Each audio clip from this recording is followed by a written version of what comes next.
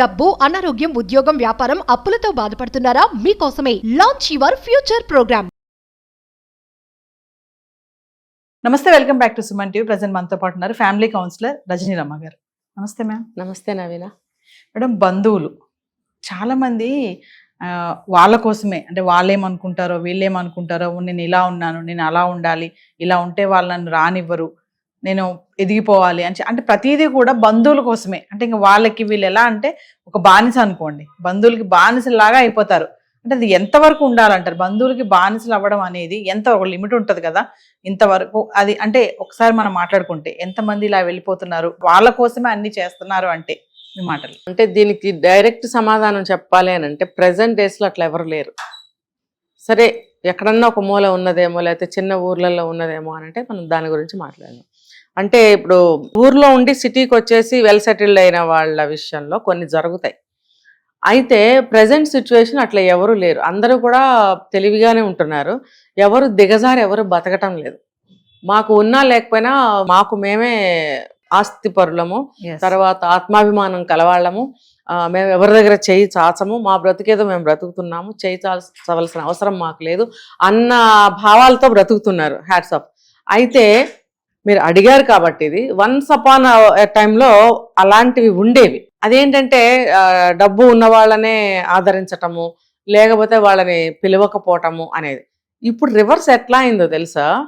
పిలిస్తే కూడా రాని స్థితిలో ఉన్నారు వాళ్ళు. ఎందుకు అనంటే మీ స్థాయి వేరు, మా స్థాయి వేరు, మేము వచ్చి మేము భంగపడం అనుకుంటున్నారు. కానీ యువతల వాళ్ళు కూడా మంచి హృదయంతో పిలిచినప్పుడు యువతల వాళ్ళు భంగపరచరు అనేది నేను గట్టిగా చెప్పగలను. ఈ బాండ్ ఎవరి మధ్యనైతే ఉంటుందో వాళ్ళు రావచ్చు వెళ్ళచ్చు.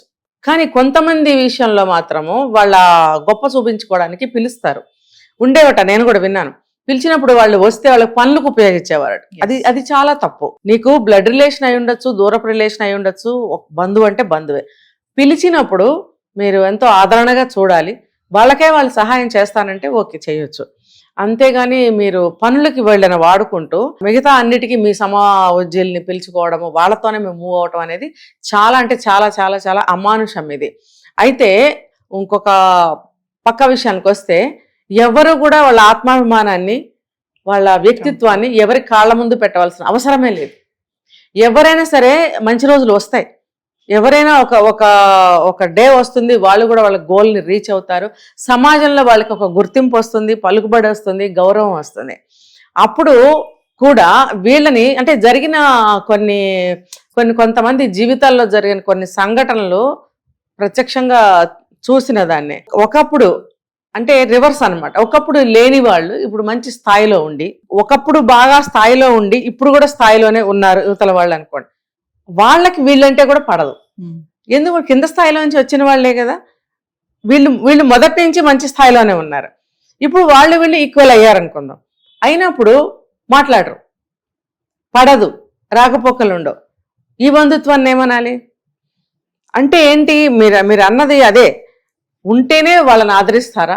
ఆస్తిపరులైతేనే ఆదరిస్తారా? లేకపోతే ఆదరించరా?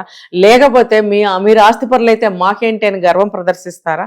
లేకపోతే మేము కూడా మీకంటే హై స్థాయిలో ఉన్నాం, లేకపోతే మీలాగా సమాన స్థాయికి మేము వచ్చాం, మిమ్మల్ని మేము లెక్క చేయాల్సిన అవసరం ఏముంది అని కూడా బిహేవ్ చేసే బంధువులు ఉన్నారు కదా.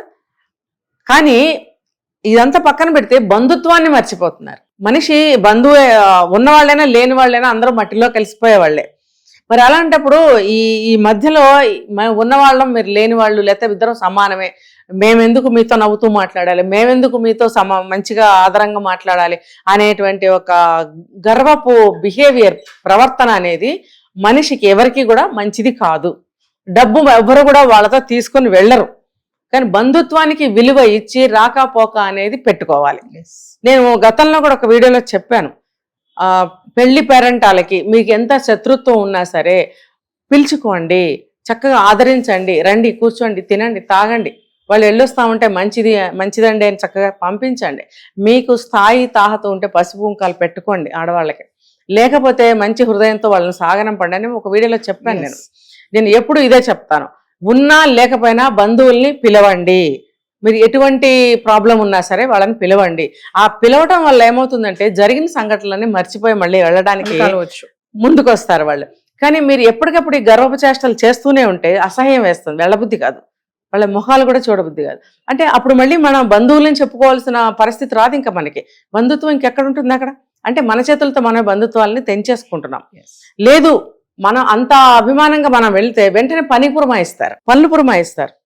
మనం ఒక స్టోరీ కూడా చెప్పుకున్నాం ఇందులో కదా, మేనమామ ఇంటికి వెళ్తే ఆ బాబుని ఎలా హీనంగా చూశారు, ఆ అబ్బాయి మళ్ళీ బాధపడి వెనక్కి వచ్చి తను కూడా ఒక స్థాయిలో నిలబడాలి అని చెప్పి బాగా చదువుకుని మంచి స్థాయికి వచ్చిన తర్వాత వాళ్ళే వీళ్ళ దగ్గరకు వచ్చి అవసరాల కోసం మళ్ళీ రికమెండేషన్ల కోసం వచ్చారు అని చెప్పి మనం విన్నాం ఒక స్టోరీ.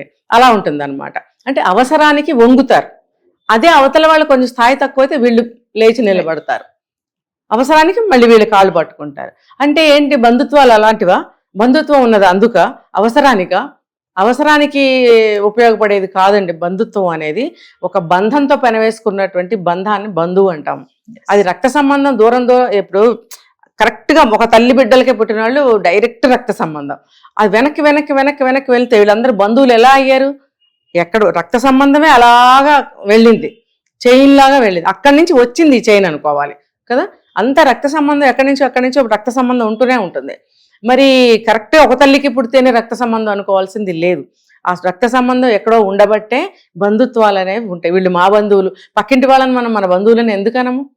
అది మన రక్త సంబంధం కాదు. బంధువులని ఎవరిని అంటామంటే మనకి బంధం ఉంది, రక్త సంబంధం ఎక్కడో ఉంది కాబట్టి బంధువులు అయ్యారు వాళ్ళు. మా కమ్యూనిటీ, మా బంధువులు, మాకు ఫలానా అవుతారని ఎందుకు చెప్పుకుంటే ఆ బంధం ఉండనే ఉంది. అది ఎందుకు మర్చిపోతున్నారు? అది నేను ఈ ముఖంగా కెమెరా ముఖంగా అందరికీ చెప్పేది ఇదే, తెలుగు ప్రజలందరికీ. బంధుత్వాల్ని వదులుకోకూడదు కాదు, బంధువుల్ని అవమానించకండి. ఎంత లేనివాడైనా సరే నువ్వు పిలిస్తేనే వస్తాడు, కానీ ఆ అభిమానాన్ని చంపుకుని వచ్చి నీ గుమ్మంలో నుంచోడు. నువ్వు ముద్ద పెడతావని, కొత్త బట్టలు ఇస్తావని ఏమి రాడు. కానీ బంధుత్వానికి విలువిచ్చి పిలిచారు కదా అనే పిలవందే ఎవ్వరు వెళ్ళరు, గుర్తుపెట్టుకోండి. ఎక్కువగా బాధ పెట్టారు, ఎక్కువగా అవమానించారు అని అంటే మీరు కాళ్ళు పట్టుకుని ఎంత స్వీట్గా పిలిచినా కూడా మీ ఇంటికి కూడా రారు వాళ్ళు. అప్పుడు మీరు పిలుచుకోవడానికి బంధువులు ఎవరుంటారు? అంటే మన ప్రవర్తన నిలబెడుతుంది బంధుత్వాన్ని అని నేను చెప్తున్నాను. కాబట్టి వచ్చిన బంధువుల్ని ఎవరిని అవమానించకండి, చక్కగా వాళ్ళ బంధుత్వాన్ని ఇప్పుడు బంధువులే తగ్గిపోయారు, ఉన్న బంధుత్వాన్ని నిలబెట్టుకుంటే మనకి 10 ఫ్యామిలీస్ అన్న నిలబడతాయి. వచ్చిన వాళ్ళని నీకేముందిరా, నువ్వేం చేయగలవురా, నువ్వు ఈ జన్మకి ఒక స్థాయికి నువ్వు రాలేవురా, నువ్వు నా అంత అవ్వాలంటే 10 జన్మలు ఎత్తాలిరా అని మాటలతో దెప్పిపొడిచే వాళ్ళు ఉన్నారు. మగవాళ్ళు ఉన్నారు, ఆడవాళ్ళు ఉన్నారు. ఆడవాళ్ళేమో ఇంకో దాంతో కొలుస్తారు, నగలని అవని ఇవని, అందాలని, రంగులని, పొడుగులని. ఈ పొడుగ్గా ఉన్నాళ్ళు, తెల్లగా ఉన్నాళ్ళు, నగలున్నాళ్ళు, ఈ వీళ్ళకే బంధుత్వాలు ఉంటాయా? అవి లేని వాళ్ళకి బంధుత్వాలు ఉండవా? పోనీ అవన్నీ ఉంటే మాత్రం వేరే విధంగా ఉంటే వాళ్ళు వీళ్ళకి సెట్ కారా? అంటే అందరూ నీలాగా ఉంటేనే నీకు సెట్ అవుతారా? ఈ బుద్ధి జ్ఞానంతో ప్రవర్తించుకోవాలి నవీన గారు.